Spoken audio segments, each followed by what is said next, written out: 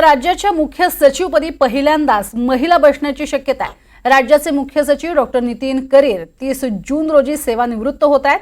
गृह विभागाच्या अतिरिक्त मुख्य सचिव सुजाता सैनिक, महसूल विभागाचे अतिरिक्त मुख्य सचिव राजेश कुमार आणि मुख्यमंत्र्यांचे अतिरिक्त मुख्य सचिव इकबाल सिंह चहल हे मुख्य सचिव पदाचे दावेदार मानले जात आहेत। सौनिक यांची मुख्य सचिव पदाची संधी 2 वेळा हुकली होती। सुजाता सौनिक यांच्या नियुक्तीचा प्रस्ताव असल्यानं मुख्य सचिव पदाचा बहुमान प्रथमच महिला अधिकाऱ्याला मिळण्याची शक्यता वर्तवली जाते। राज्याला पहिल्यांदाच महिला मुख्य सचिव मिळणार का हे पाहावं लागेल।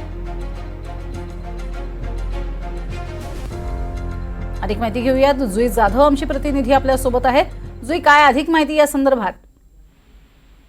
काल जर आपण पाहिलं तर मग बजेट ज्यावेळेला सादर झालं तेव्हा बजेटमध्ये बहुतेक भर हा महिलांवरती देण्यात आला। महिलांसाठी विशेष योजना ज्या आहेत त्या सरकारतर्फे देण्यात आल्या आणि आता राज्याच्या मुख्य सचिव पदी देखील सर्वप्रथमच महिला बसण्याची शक्यता आहे।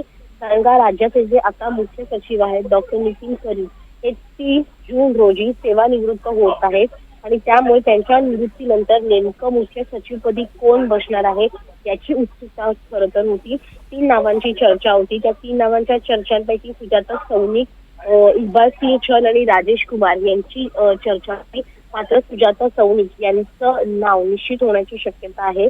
आधी 2 वेळेला त्यांची संधी हुकली होती, मात्र यावेळी राज्याच्या इतिहासात कदाचित पहिल्यांदाच एक महिला सचिव हिला हा मान मिळण्याची शक्यता आहे।